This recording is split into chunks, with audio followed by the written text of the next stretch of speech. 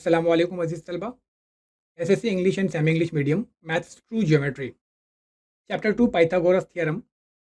इसका problem set 2 का part 2 बच्चों, जिसमें क्वेश्चन नंबर 3 to 6 आपके लिए पेश है। इसके बाकी यानी कि एक्सरसाइजेस और पार्ट 1 अगर आपने अभी तक नहीं देखा है तो नीचे लिंक बॉक्स में इसका लिंक दिया गया है, डिस्क्रिप्शन बॉक्स में, वहाँ पे जाके आप इसे देख सकते हैं। चलिए बच्चों, हम शुरू करते हैं पार्ट 2। डियर स्टूडेंट्स, रेबर ई टेक मुंबई ये एक एजुकेशनल चैनल है। अगर आपने अभी तक इस चैनल को सब्सक्राइब नहीं किया है तो इसे सब्सक्राइब कर लें, इसके बेल आइकन पर क्लिक कर दें ताकि जैसे ही कोई नया वीडियो यहाँ पे अपलोड होता है उसका नोटिफिकेशन आपको सबसे पहले मिल जाए। अगर आपको ये वीडियो अच्छे लग रहे हैं तो आप इसे लाइक करें और अपने तमाम दोस्तों में इसे शेयर करें। चलिए हम देखते हैं सबसे पहले third question. In triangle are S T, जैसे कि यहाँ पे आपको दिया गया है, ट्राइंगल आर एस टी है, इसके अंदर एस जो है वो 90 है, टी जो है वो 30 है, आर टी का वैल्यू 12 है, 12 centimetre. Then find R S और एस टी, हमें आर एस और एस टी मालूम करना है। तो लेट्स बिगिन, हम शुरू करते हैं in triangle are S T. Triangle are S T के अंदर जो हमें दिया हुआ है, पहले हम लिख लेंगे जैसे angle T is equal to 30, ये हमें गिवन है। Then angle S is equal to यानी आर एस टी, ये एस जो है वो 90 है, ये भी हमें गिवन है। On the basis of these two equations हम लिख सकते हैं कि ट्राइंगल आर एस टी जो है, आर एस टी जो है वो क्या है, 30 60 90 ट्राइंगल है। अब हम अगर ये 30 60 90 का ट्राइंगल है तो हम फॉर्मूला लगाएंगे 30 60 90 थियरम का। क्या है वो, opposite side of 60 degree, 60 degree. जैसे कि मैं बताऊं आपको, अगर ये 90 है, ये 30 है, तो डेफिनेटली ये एंगल कितने का होगा, 60 डिग्री का। अगर ये 60 डिग्री का है तो अपोजिट साइड ऑफ 60 डिग्री, तो ये अगर 60 है तो इसका अपोजिट साइड मतलब एस टी, ये क्या होगा, √3/2 टाइम्स ऑफ कॉड। कॉड क्या है, आर टी, तो हम यहाँ पे इसको लिख देंगे S T is equal to √3/2 of R T. Now putting values, S T is equal to √3/2 into R T की जगह पर 12, इसको हम डिवाइड करेंगे 2 इंटू 2 को 12 को 2 से डिवाइड करेंगे, 2 6 12, तो हमें मिलेगा S T is equal to 6√3, जैसे हमें पहला मिल गया। देन उसने हमसे पूछा था आर एस, तो अगर हम फिगर में देखें, ध्यान से देखें, तो आर एस कहाँ पर है, तो ये 30 के सामने है ना, 30 के अपोजिट में, तो हम लिखेंगे opposite side of 30 is equal to half of cot. Then opposite side of 30 यानी कि R S is equal to half of R T, then half of R T यानी 12, 2 6 12, देन हमको मिलेगा R S is equal to 6। तो जैसे हमें पूछा गया था आर एस कितना होगा, तो ये होगा 6 centimetre, S T is equal to 6√3 centimetre. Next question, fourth, find the diagonal of a rectangle whose length is 16 centimeter and area is 192 square centimeter। तो सबसे पहले हम एक रेक्टेंगल ड्रॉ करेंगे, जैसे यहाँ पे मैंने बनाया है, एक रेक्टेंगल है, इसका जो एक साइड है वो 16 सेंटीमीटर है और इस रेक्टेंगल का जो एरिया है वो 192 स्क्वायर सेंटीमीटर है। तो हम इसको सॉल्व करेंगे। Since area of triangle sorry A B C D is a rectangle, जैसे हमें दिया हुआ है, तो हम पहले इसका एरिया लगाएंगे। Area of rectangle is equal to base into height और लेंथ इंटू ब्रेथ, तो A B into B C. अब इसका वैल्यू रखेंगे हम, area of rectangle is equal to 192, A B हमें नहीं पता है, बी सी की जगह पे हमने 16 रखा। अब 192 को हम 16 से डिवाइड करेंगे तो हमें ए बी मिल जाएगा 12 सेंटीमीटर्स। ठीक है, अब ए बी मिल गया। अब हम यहाँ पे इस ट्राइंगल के अंदर, इस ट्राइंगल ए बी सी के अंदर, यहाँ पे आपको दिख रहा है ए बी सी के अंदर हम पाइथागोरस थ्योरम लगाएंगे, क्योंकि ये जो ए बी सी डी है ये रेक्टेंगल है, इसका हर एंगल जो होगा वो 90 का होगा। तो अब हम आते हैं in triangle A B C.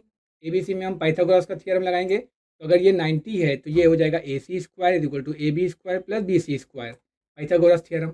अब इसमें हम वैल्यूज़ रखेंगे, ए सी हमें नहीं पता है, ए बी हमें मिल गया 12 और बी सी हमें दिया हुआ था 16। 12 का स्क्वायर 144, 16 का स्क्वायर 256, दोनों को ऐड करेंगे हमें मिल जाएगा 400। एज यू नो दैट कि A C square is equal to 20 square, क्योंकि 400 जो है वो 20 का स्क्वायर है। दोनों तरफ से स्क्वायर को उड़ा देंगे, यानी कि टेकिंग स्क्वायर रूट, हमें मिलेगा A C is equal to 20। ठीक है, तो हम कह सकते हैं the diagonal of rectangle is 20 centimetre. Next question, question number 5, find the length of the side and perimeter of an equilateral triangle whose height is √3 centimetre. एक triangle है जो इक्विलेटरल है, यानी कि इसके तीनों साइड्स इक्वल हैं, ठीक है, तो हमको इसका साइड कितने का है वो पता करना है, जबकि इसका जो हाइट है वो √3 सेंटीमीटर है। तो सबसे पहले हम प्रूव करेंगे कि इन ट्राइंगल ए एम सी, यहाँ पे आप देख रहे हैं ये ट्राइंगल ए एम सी, ये ए एम सी है। इस ट्राइंगल के अंदर हम लिखेंगे इन ट्राइंगल ए एम सी। अब यहाँ पे हमारे पास ट्राइंगल ए एम सी, ये रहा ए एम सी। इस ट्राइंगल के अंदर जहाँ पे मेरा रेड मार्क जा रहा है बच्चों, देखो ट्राइंगल ए एम सी के अंदर सबसे पहले हम लिखेंगे एंगल सी जो है वो 60 है। अब ये क्यों है ऐसा? क्योंकि हम जानते हैं कि एरिया ऑफ ट्राइंगल, ये जो ए बी सी है ये इक्विलेटरल ट्राइंगल है। इक्विलेटरल ट्राइंगल मतलब जिसके तीनों साइड्स इक्वल, तीनों एंगल इक्वल और हर एंगल 60 डिग्री का। तो हम लिखेंगे एंगल सी जो है वो 60 है। देन हम कहेंगे angle A M C is 90। A M C, क्योंकि उसने क्या कहा था, हाइट, हाइट जो होता है वो बेस पर परपेंडिकुलर होता है। तो अगर ये हाइट है तो बी सी जो है वो बेस है। अगर ये हाइट है पॉइंट एम पर, तो यहाँ पे पॉइंट एम पर 90 बनेगा। तो हम लिखेंगे A M C is equal to 90 degree. ठीक है, क्योंकि यहाँ पे इसने कहा है ए एम जो है वो परपेंडिकुलर है बी सी पर।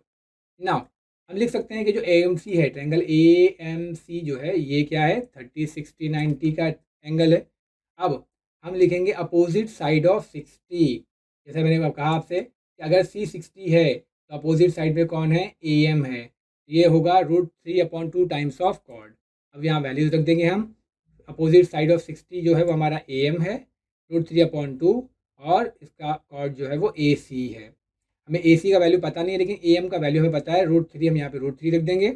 अब ये √3/2 इस साइड आकर राइट हैंड साइड से लेफ्ट हैंड साइड जाएगा, तो √3/2 जो है वो 2/√3 हो जाएगा।